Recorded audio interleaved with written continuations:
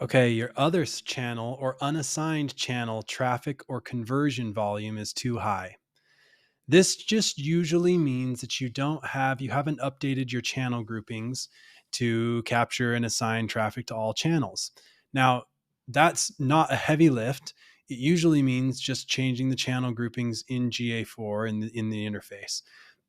If you need help doing that, we're glad to help with that. But we also have some recommendations around getting the data into BigQuery and the performance data visualized in Looker Studio.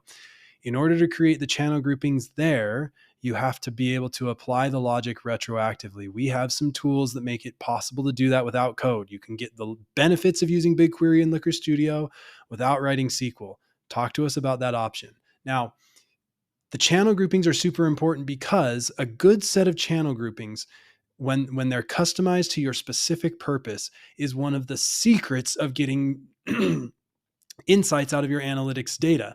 Because if and one of the ways people mess this up often is by not thinking about how their channels relate to the intent of their audience. When they group channels together by the place where the traffic comes from rather than the intent of the targeting, then they start saying things like, well, Facebook is good or bad. And it's like, maybe not. Facebook retargeting behaves very different than Facebook prospecting does. So grouping those together in the same channel paints an inappropriate picture. You're putting apples and oranges together and then talking about their conversion rates, their engagement rates, their cost per conversions, their return on ad spend sort of numbers. So getting a good set of channel groupings and making sure that everything is categorized according to the marketing effort that's going on is critical in being able to get attribution-based analyses done well.